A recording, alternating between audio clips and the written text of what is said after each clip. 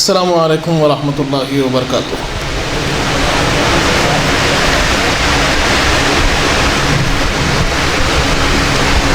نحمده ونصلي ونسلم على رسوله الكريم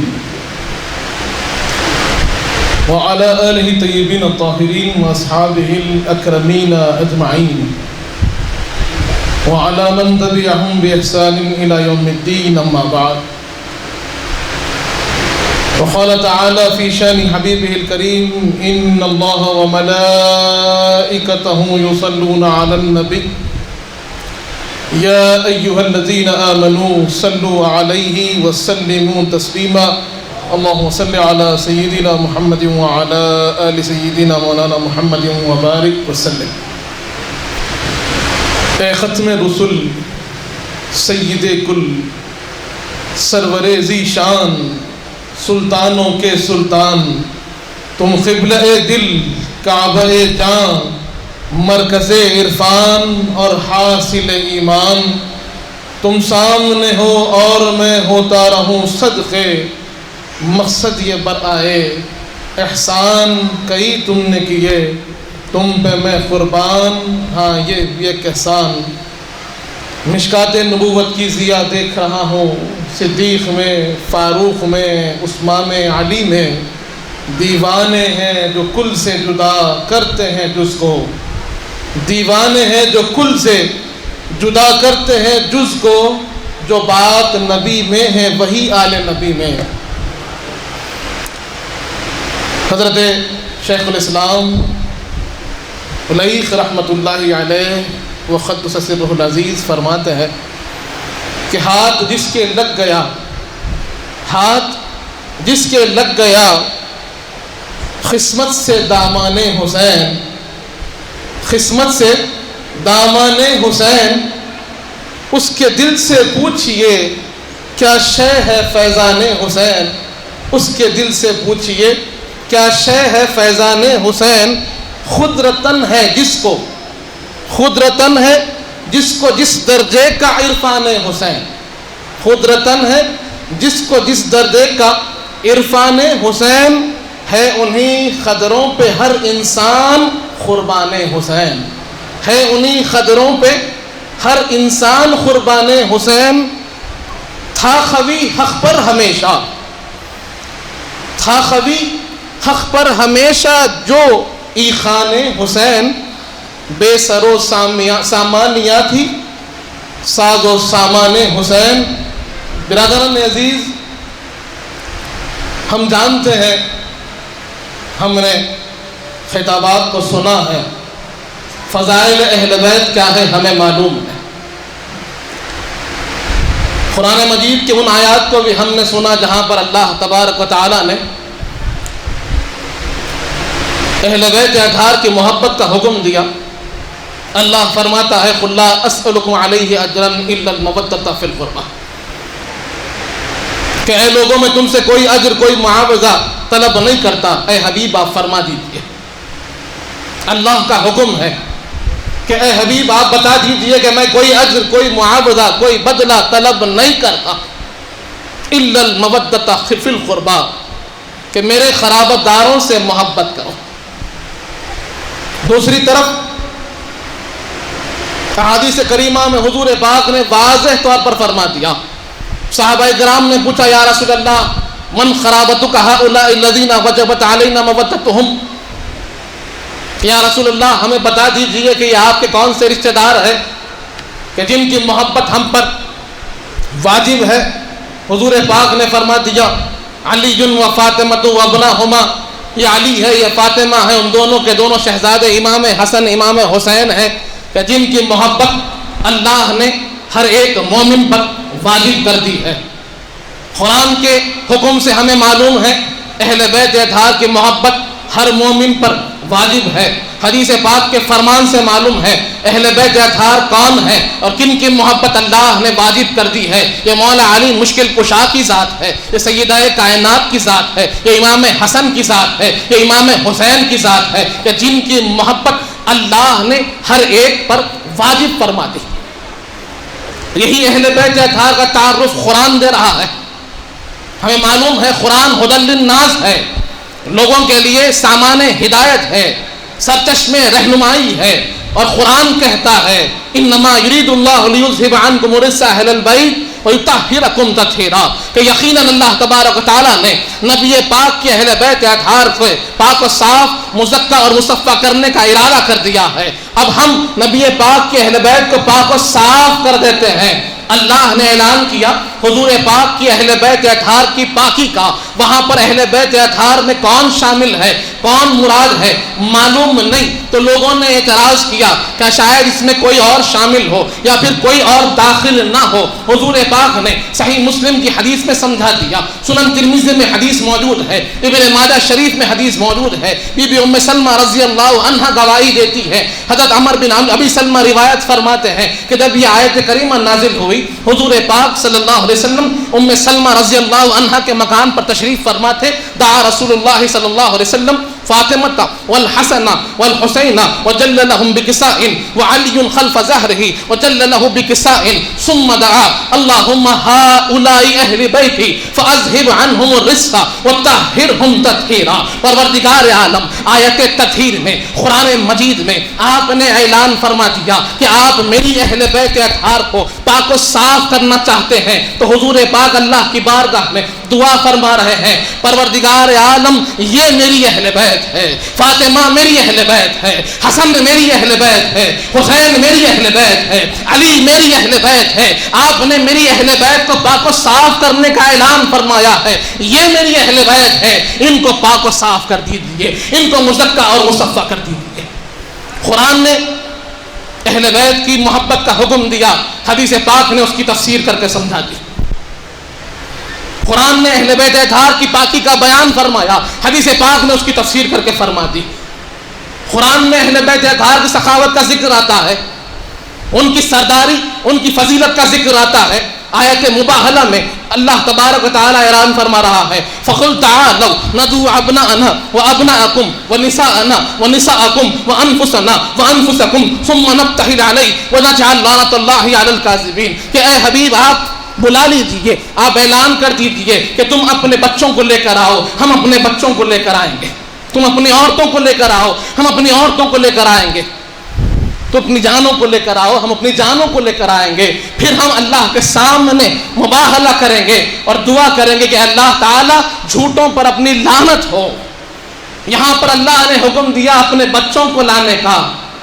صحیح مسلم کی حدیث ہے، حضرت سعد بن ابی وقاص رضی اللہ عنہ اس کے راوی ہے. آپ فرماتے ہیں جب مباہلہ کا دن آیا، حضور پاک اپنے کاشان اقدس سے باہر نکلے تو اس انداز میں باہر نکلے ہیں کہ آپ کے گود میں امام حسین ہے، ایک ہاتھ میں امام حسن ہے، آپ کے پیچھے سیدہ کائنات ہے، آپ کے پیچھے مولائے کائنات ہے، اور باہر نکل کر صحابہ کرام سب کھڑے ہیں.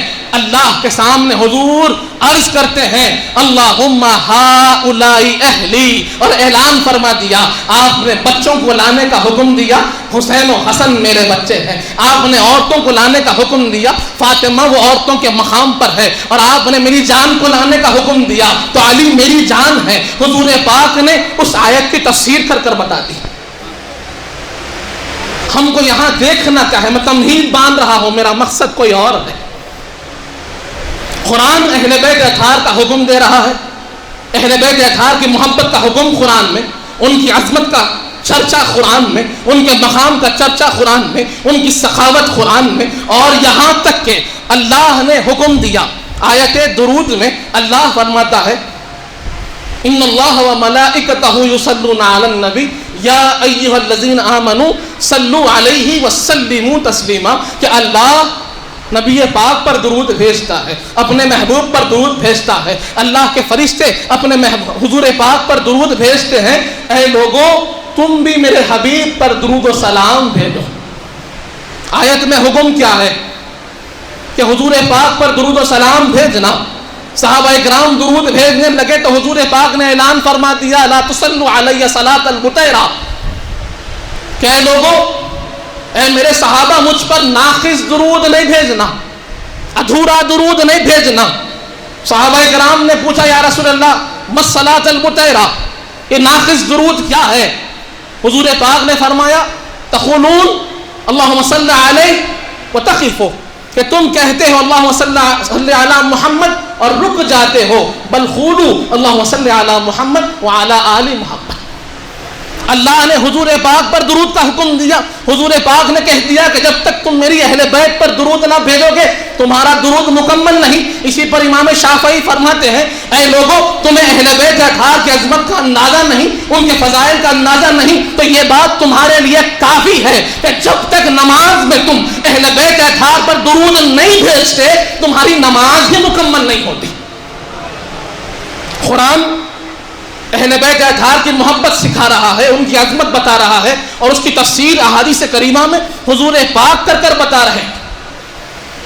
اس کے بعد بھی لوگوں کو سمجھ نہیں آیا، اس کے بعد بھی لوگوں کو سمجھ نہیں آیا تو حضور پاک نے واضح کر دیا، فرما دیا من احبہم احبنی، من احبنی احبہ اللہ، کہ تم مجھے تو مانتے ہو نا، کہ تمہارے ایمان کا دار و مدار میری محبت پر ہے نا۔ صحیح بخاری کی وہ حدیث تو تم نے سنی ہے نا کہ لا یؤمن احدکم حتی اکون احب الیہ من والدہ وولدہ والناس اجمعین، کہ کوئی شخص تب تک کامل مومن نہیں ہوتا جب تک کہ حضور پاک کی ذات کو سب سے زیادہ محبت نہ کرے، اپنی اولاد سے بڑھ کر حضور سے محبت نہ کرے، اپنے والدین سے بڑھ کر حضور سے محبت نہ کرے، اور اپنے سب رشتہ داروں سے بڑھ کر حضور پاک سے محبت نہ کرے، تب تک اس کا ایمان کامل نہیں۔ یہ تو مانتے ہو نا، اب سنو من احبہم احبنی، حضور فرماتے ہیں ان سے محبت کرو گے تو مجھ سے محبت کرو گے، اور مجھ سے محبت کرو گے احبہ اللہ، اللہ اس سے محبت کرے گا۔ واضح بتا دیا، اپنی محبت کا دار و مدار اہل بیت کی محبت کو بنا دیا۔ لوگوں نے نہیں سمجھا، ابھی بھی سمجھ نہیں آیا تو ابن ماجہ شریف کی وہ حدیث آپ کے سامنے رکھوں۔ حضرت عباس جس کی روایت فرماتے ہیں، جس میں حضور پاک کے سامنے آپ نے عرض کیا کہ لوگ میرے ساتھ غلط رویے سے پیش آئے، الگ انداز میں پیش آئے، تو حضور پاک جلال نے فرمایا لا يدخل قلب رجل الایمان حتى يحبكم للہ ولقرابتہ، کہ کسی شخص کے دل میں تب تک ایمان داخل نہیں ہوتا،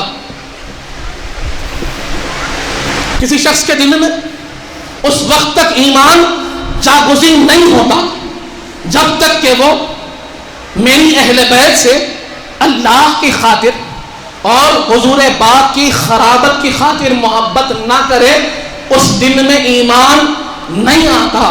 یہاں تک فرما دیا کہ اگر تمہیں ایمان چاہیے تو ان سے محبت کرنی ہوگی، اور محبت کی کوئی اور دلیل کی ضرورت نہیں، کوئی اور وجہ کی ضرورت نہیں، کوئی اور سبب کی ضرورت نہیں، صرف اللہ کی خاطر ان سے محبت کرو، میری قرابت میری نسبت کی خاطر ان سے محبت کرو، کیونکہ حضور پاک کی نگاہ نبوت دیکھ رہی تھی کہ ایک وقت ایسا بھی آئے گا کہ لوگوں کو امام حسین علیہ السلام کی شخصیت نظر نہیں آئے گی، آپ کا تقویٰ نظر نہیں آئے گا، آپ کا اعلیٰ کردار نظر نہیں آئے گا، آپ کی سخاوت نظر نہیں آئے گی، آپ کا علم نظر نہیں آئے گا، آپ کی اتنی اعلیٰ بلند شخصیت، آپ کی شجاعت، آپ کی سخاوت، آپ کی علمیت، سارے کتنے اوصاف جمیلہ آپ میں ہے وہ نظر نہیں آئیں گے، اور یہ سب ہونے کے باوجود، ہر ایک خوبی رکھنے کے باوجود بھی ان کے خلاف میں آ کر کھڑے ہو جائیں گے۔ اس لیے حضور پاک نے فرما دیا کہ جب ان سے محبت کرو تو ان کے اوصاف کو نہ دیکھو، اللہ کی نسبت کو دیکھو، میری قرابت کو دیکھو، کیونکہ حضور پاک دیکھ رہے تھے، سرور کائنات جانتے تھے کہ کیا ہونے والا ہے، اس لیے پہلے فرما دیا کہ جب میری اہل بیت کو دیکھو تو میری نسبت سے دیکھو، کیونکہ میں تمہارے دین کا دار و مدار ہوں۔ اگر تم ان کو مجھ سے دیکھو گے تو کبھی گمراہ نہیں ہوگے، لیکن لوگوں کو سمجھ نہیں آیا، لوگوں کو تب بھی بات سمجھ نہیں آئی، حضور پاک نے محبت کی بات کی، سمجھ نہیں آئی۔ حضور پاک نے اس کے بعد فرمایا من ابغضہما ابغضنی، من ابغضنی ابغضہ اللہ، من ابغضہ اللہ ادخلہ النار، او کما قال رسول اللہ صلی اللہ علیہ وسلم۔ جب محبت سمجھ نہیں آئی تو حضور نے ڈرا کر بتایا، ڈرا کر سمجھایا کہ جو ان سے بغض رکھے گا گویا وہ مجھ سے بغض رکھتا ہے، اور جو مجھ سے بغض رکھتا ہے اللہ اس سے بغض رکھتا ہے، اور جس سے اللہ بغض رکھتا ہے اس کا ٹھکانہ جہنم بنا دیتا ہے۔ محبت کی بات سمجھ نہ آئی، ڈرائے سمجھائے وہ بھی سمجھ نہیں آیا۔ اس کے بعد حضور پاک نے لوگوں کی افکار کے لحاظ سے ان کو بتایا کہ میری اہل بیت کون ہیں۔ اللہ تبارک و تعالیٰ نے قرآن میں بتا دیا کہ اللہ تب تک ان پر عذاب نازل نہیں کرے گا، اللہ تب تک عذاب نازل نہیں کرے گا وَأَنْتَ فِيهِمْ اے حبیب، جب تک آپ ان کے درمیان ہیں، جب تک آپ موجود ہیں ان پر عذاب نازل نہیں ہوگا۔ اس کی تفصیل میں حضور پاک بتاتے ہیں، حضور پاک سمجھا رہے ہیں، فرما رہے ہیں مثل اہل بیتی کے سفینتی نوح، میرے اہل بیت اطہار کی مثال سفینۃ النوح کی طرح ہے، من رکب فیہا نجا ومن تخلف عنہا غریقا، کہ جو ان کے ساتھ شامل ہو گیا وہ نجات پا گیا، اور جو ان سے منہ موڑ لیا وہ ڈوب گیا۔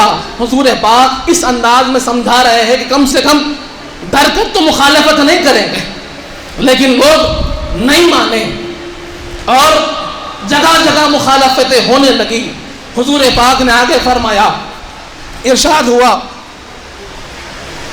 صحیح مسلم کی حدیث ہے، حضور پاک فرماتے ہیں، حضور پاک کا آخری خطبہ ہے، سرور کائنات فرما رہے ہیں انی تارکم فیکم الثقلین، میں تمہارے درمیان میں تو بھاری چیزیں چھوڑے جا رہا ہوں، ما ان اخذتم لن تضلوا ابدا، اگر ان کو تھامے رکھو گے کبھی گمراہ نہیں ہوں گے۔ ایک ہے کتاب اللہ، اللہ کی کتاب، اور دوسری کیا ہے؟ اہل بیتی عطرتی، میری اہل بیت میری عطرت۔ اور آگے فرماتے ہیں اذکرکم فی اہل بیتی، اذکرکم اللہ فی اہل بیتی، میں تمہیں اللہ کی پناہ دیتا ہوں، اللہ سے ڈراتا ہوں تمہیں اہل بیت اطہار کے بارے میں۔ برادران عزیز، یہ احادیث کریمہ ہم نے بارہا سنے، بارہا سننے کے بعد بھی یہ سمجھ نہیں آیا کہ قرآن و حدیث پڑھنے والے، قرآن و حدیث کا درس دینے والے، تفسیر سنانے والے، حدیث کی تشریح کرنے والے، ان احادیث کریمہ کو پڑھنے والے کیوں اہل بیت اطہار سے بغض رکھتے ہیں؟ آخر کیا وجہ ہے کہ اہل بیت اطہار کا ذکر آتا ہے تو ان کے چہرے سکھ جاتے ہیں؟ کیا وجہ ہے کہ ان کو تکلیف ہوتی ہے؟ کئی مرتبہ احادیث کا اتنا بڑا ذخیرہ پڑھنے کے بعد یہ خیال ہوتا تھا کہ وجہ کیا ہے کہ یہ تکلیف باقی ہے؟ کیا انہوں نے یہ حدیث نہیں پڑھی؟ کیا انہوں نے یہ روایت نہیں پڑھی؟ کیا انہوں نے یہ تفسیر نہیں پڑھی؟ لیکن بات سمجھ نہیں آتی تھی۔ ایک آیت کریمہ پڑھے اور اس کے بعد اس کی تفسیر پڑھا تو بات تھوڑی سی کھلی۔ اللہ تبارک و تعالیٰ قرآن میں بیان فرماتا ہے ام یحسدون الناس، ام یحسدون الناس علی ما آتاہم اللہ من فضلہ، سورہ نساء آیت نمبر 54۔ اللہ فرما رہا ہے کیا لوگ لوگوں سے حسد کرتے ہیں اس چیز پر، اس فضل پر، اس مقام، اس مرتبے پر جو اللہ نے ان کو عطا فرمایا۔ اللہ کیا فرما رہا ہے؟ کیا لوگ لوگوں سے اس چیز پر حسد کرتے ہیں جو اللہ نے ان کو عطا کی، وہ فضل، وہ مقام، وہ مرتبہ، وہ عظمت، وہ جلال جو اللہ نے ان کو عطا کیا، اس پر لوگ حسد کرتے ہیں۔ اس کی وجہ کیا ہے؟ اللہ کی عطا پر حسد ہو رہی ہے۔ تو اس پر امام باقر علیہ السلام فرماتے ہیں، اس آیت کی تفسیر میں امام باقر سمجھاتے ہیں، فرماتے ہیں انہ قال فی ہذہ الآیہ نحن الناس، وہ جو حسد لوگوں سے ہو رہا ہے نا، جس حسد کی بات ہو رہی ہے اور جن سے حسد کی بات ہو رہی ہے اس پر وہ کون ہے؟ وہ کون ہے؟ تو امام باقر علیہ السلام فرماتے ہیں وہ ہم اہل بیت ہیں، وہ ہم اہل بیت ہیں کہ جن کے حسد کی بات اللہ کر رہا ہے، کہ جن سے لوگ حسد کرتے ہیں۔ کس پر حسد ہو رہا ہے؟ وہ فضیلت جو اللہ نے بیان کی، وہ مقام جو اللہ نے بیان کیا، وہ عظمت جو اللہ نے ان کو عطا کی، اس عظمت پر لوگ حسد کرتے ہیں۔ یہ آیت کریمہ پڑھنے کے بعد سمجھ میں آیا کہ حضور پاک نے اہل بیت اطہار کی اتنی فضیلتیں، اتنی عظمتیں بیان کی، اتنا مقام، اتنا مرتبہ بیان کیا، اس کے بعد بھی لوگوں کو سمجھ نہیں آیا، کیونکہ یہ کردار ہے لوگوں کا کہ جب حضور تشریف لائے، حضور پاک نے پیغام اسلام کو عام کیا، لوگوں نے نہیں مانا، کہتے تھے سچے ہیں، کہتے تھے صادق ہیں، امین ہے، لیکن مانے نہیں۔ وجہ کیا ہے؟ وہی حسد ہے۔ اور اہل بیت اطہار کی اتنی عظمتوں کا ذکر ہوتا ہے، اتنے مقام کا ذکر ہوتا ہے، اللہ بھی محبت کا حکم دے رہا ہے، سرور کائنات بھی محبت کا حکم دے رہے ہیں اور بتا رہے ہیں کہ یہ تمہاری نجات کا ذریعہ ہے، ان کو تھام لو، کامیاب ہو جاؤ گے، تمہارے درمیان میں بھاری چیزیں چھوڑے جا رہا ہوں، ان کو پکڑ لو، ہدایت پا جاؤ گے، اور یہ قیامت میں میرے پاس آئیں گے، سن لو، میں ان کے بارے میں تم سے سوال کروں گا، اور اگر تم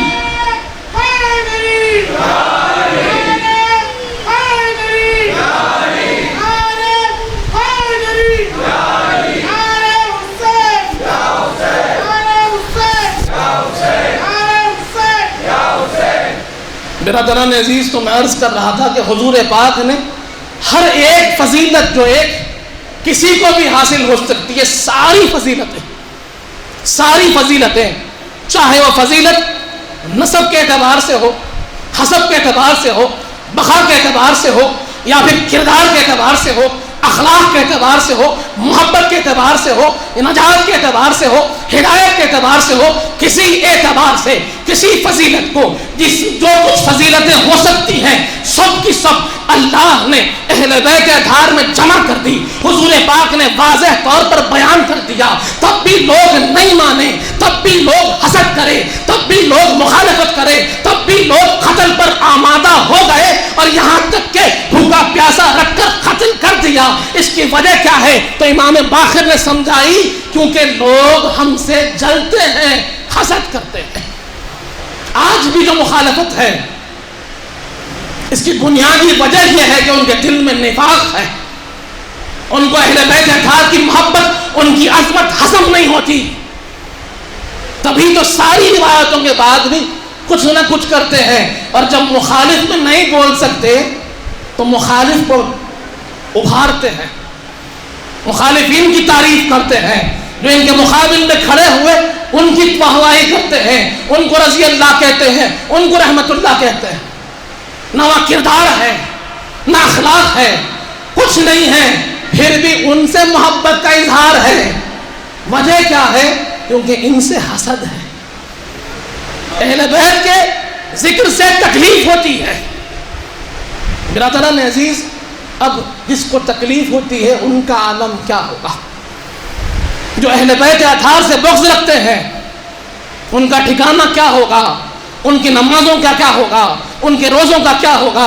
تو حدیث پاک کے الفاظ ہیں، حضور پاک ارشاد فرماتے ہیں، حاکم میں حدیث موجود ہے، طبرانی میں حدیث موجود ہے، حضور پاک نے ارشاد فرمایا کہ جو اس حال میں مر جاتا ہے، من مات علی بغض اہل بیتی، حضور فرماتے ہیں جو اہل بیت اطہار کے بغض میں مرتا ہے، ادخلہ النار، اللہ اس کو دوزخ میں ڈال دیتا ہے، اس کا ٹھکانہ جہنم ہوتا ہے۔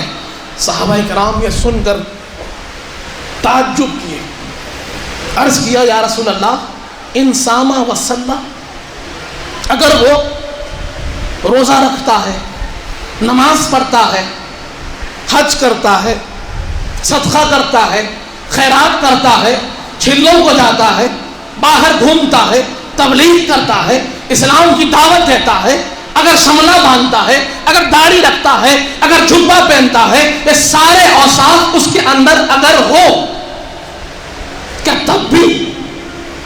تب بھی جہنم میں جائے گا؟ حضور پاک نے ایک مومن کے سب سے ہائیسٹ مقام کو بیان کیا کہ ایک مسلمان سب سے اعلیٰ کہاں پہنچ سکتا ہے؟ جواب میں حضور فرماتے ہیں انسامہ وصلہ بین الرکن والمقام،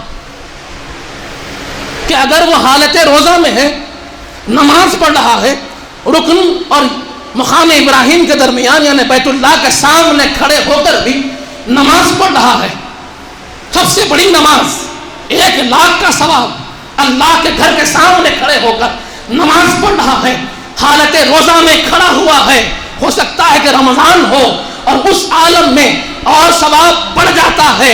اب اس کے بعد میرے آقا فرماتے ہیں اگر وہاں کھڑے ہو کر بھی نماز پڑھ رہا ہے اور اس کے دل میں میری اہل بیت کا بغض ہے، اس کا ٹھکانہ جہنم ہوگا۔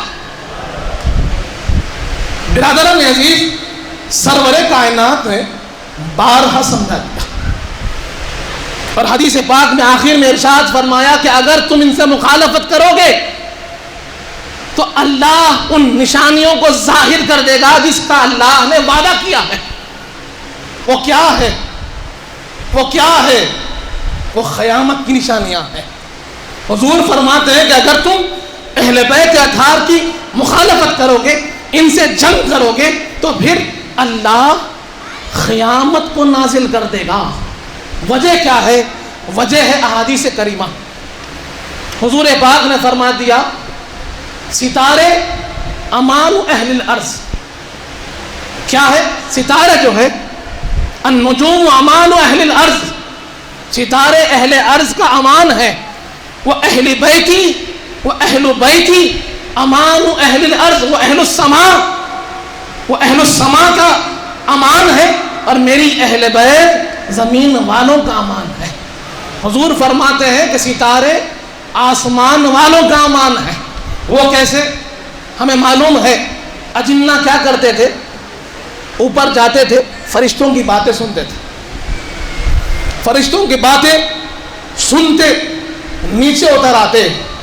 اللہ نے ستاروں کا حکم دے دیا کہ اب کوئی جن بات سننے آئے تو ستارہ نجم الثاقب اسے جا کر جلا دیتا ہے۔ یہ امان کس کی ہے؟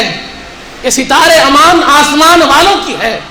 ویسے ہی اس دنیا کی امان کون ہے؟ تو حضور پاک فرماتے ہیں کہ اس دنیا کی امان میری اہل بیت ہے، کہ تم جو آج امان میں ہو، تم جو آج سکون میں ہو، تم جو آج اطمینان میں ہو، سمجھتے ہو کہ تمہاری اپنی ہے، نہیں۔ حضور فرماتے ہیں یہ میری اہل بیت کا صدقہ ہے کہ جب تک میری اہل بیت اس دنیا میں جلوہ فرما ہے، اللہ عذاب نازل نہیں فرماتا، اللہ تمہیں امان میں رکھتا ہے۔ وہی امان کو کس نے توڑا؟ اسی امت نے توڑا۔ کشتی نوح کو کس نے توڑا؟ اسی امت نے توڑا۔ اللہ حضور پاک نے فرمایا یہ تمہاری نجات کا سامان ہے، یہ کشتی نوح کی مانند ہے کہ تم ان کے ساتھ جڑ جاؤ، کامیاب ہو جاؤ گے۔ یہ امت نے کیا کیا؟ اسی کشتی کو تباہ و تاراج کر دیا۔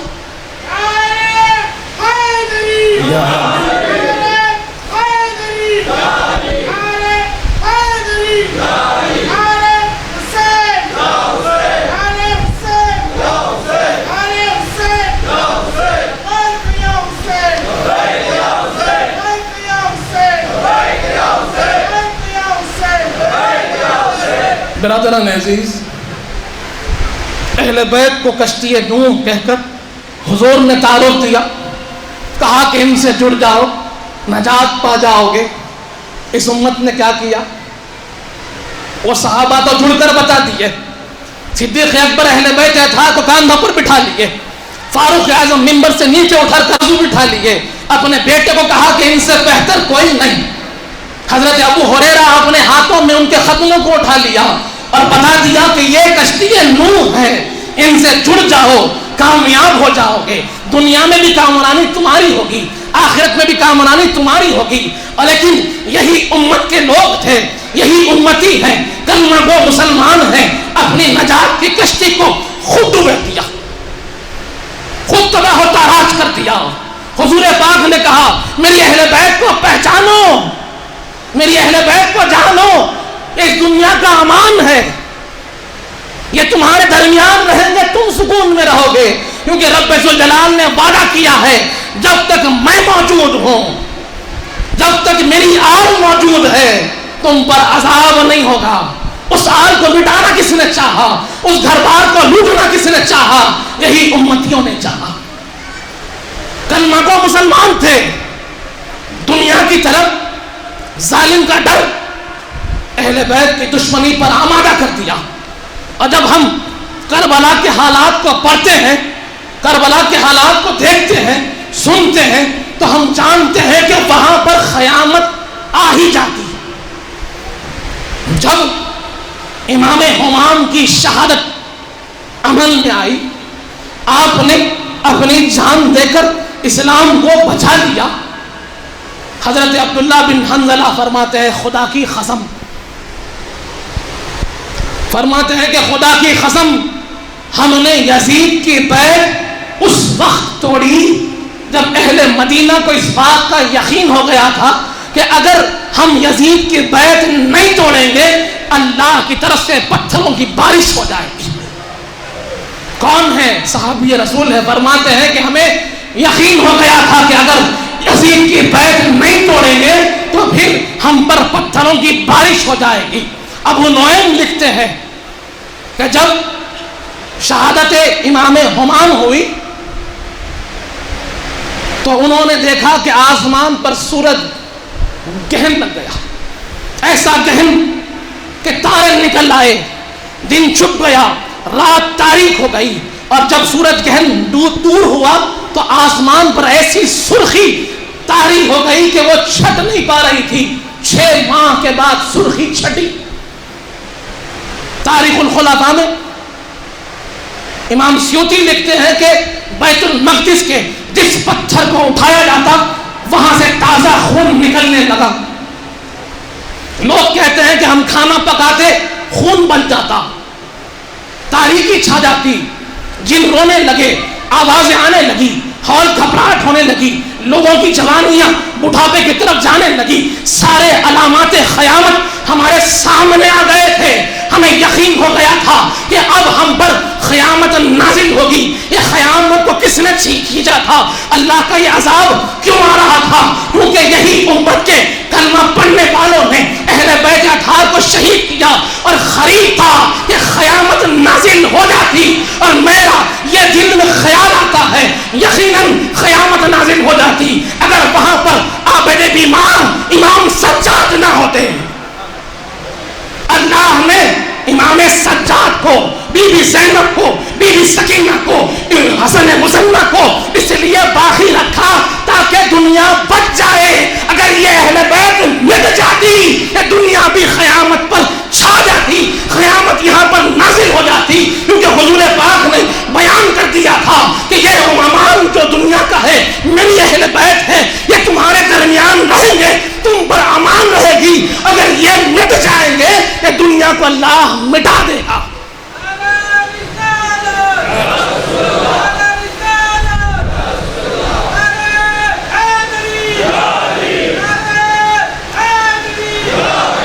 برادران عزیز,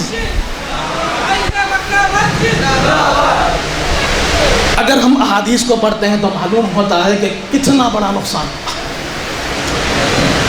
یزید کیا تھا سب جانتے ہیں, فاسق, فاجر, ہر گناہ جس کو اس نے عام کر دیا تھا. لیکن اس نے جو جرت کی اور لوگ جو خاموش ہو گئے, یہ بات دنیا کے وجود پر آ بنی تھی. یہ تو امام زین العابدین کا صدقہ ہے کہ دنیا چل رہی ہے. اور اسی لیے تو حضور نے فرما دیا تھا کل سبب و نسب ینقطع الا سببی و نسبی, کہ ہر ایک سبب, ہر ایک نسب کٹ جائے گا, ختم ہو جائے گا, لیکن میرا نسب, میرا سبب باقی رہے گا, کیونکہ یہ دنیا کو باقی رکھنا تھا. یزیدیوں نے بڑی کوشش کی یزیدیوں نے بہت کوشش کی کہ اہل بیت کو جمع کیا جائے، ان کو منفرد کر دیا جائے اور ان کو شہید کر دیا جائے، لیکن جسے اللہ رکھتا ہے اسے کون چکھے؟ اللہ نے امام زین العابدین کو باقی رکھا اور ان کے صدقے میں اہل بیت اطہار چلے، وہ کشتی نوح پھر روا دوا ہوئی، وہ امان پھر چھا گیا، اور ہم دیکھتے ہیں کہ خطہ ارض کا چپا چپا آج سادات اکرام سے بھرا پڑا ہے۔ صدقہ کس کا ہے؟ یہ امام زین العابدین کا صدقہ ہے۔ یہ صدقہ کس کا ہے؟ امام حسن مصنع کا صدقہ ہے۔ برادران عزیز، یہ امان ہے، آل رسول اس دنیا کے امان ہیں۔ آج ہم پھر پریشان ہیں، آج یہ دنیا پھر پریشان ہے، جان کے لالے پڑے ہیں، بھائی بھائی سے ملنے کو پریشان ہے، کیا ہوگا؟ ہزاروں لوگ، لاکھوں لوگ مر رہے ہیں، لوگ علاج تلاش کر رہے ہیں۔ علاج یہی ہے، سبب یہی ہے کہ وہاں پر بھی اہل بیت کی گستاخیاں شروع ہوئی اور دنیا پر عذاب نازل ہوا، یہاں پر بھی اہل بیت اطہار کی گستاخیاں شروع ہوئی، دنیا پہ عذاب نازل ہوا۔ آج اگر ہم کو اللہ کے عذاب سے بچنا ہے تو ہمیں اہل بیت اطہار کی تعظیم، عظمت، مقام کو سمجھنا ہوگا، سمجھانا ہوگا۔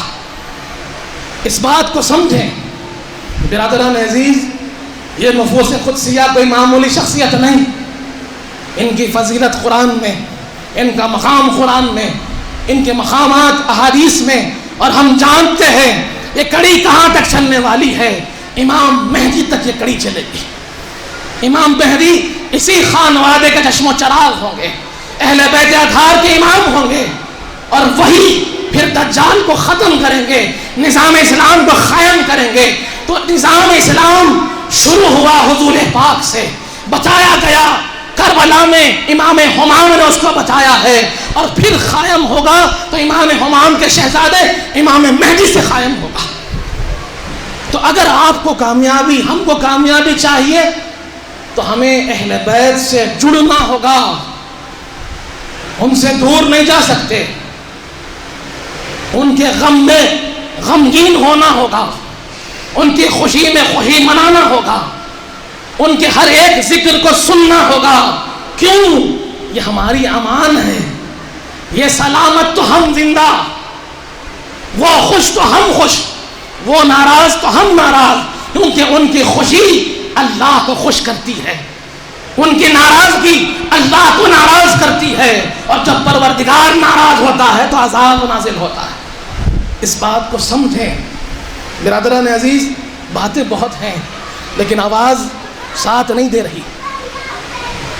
یہ شعر پر بات کو ختم کروں، اکثر عرض کرتا ہوں کہ جہاں کے دھوکوں میں آنے والوں، جہاں کی تاریخ سامنے ہے، جہاں کے دھوکوں میں آنے والوں، جہاں کی تاریخ سامنے ہے، وفا زمانے نے کس سے کی ہے، وفا زمانے نے کس سے کی ہے، یہ کس سے تم دل لگا رہے ہو، یہ کس سے تم دل لگا رہے ہو۔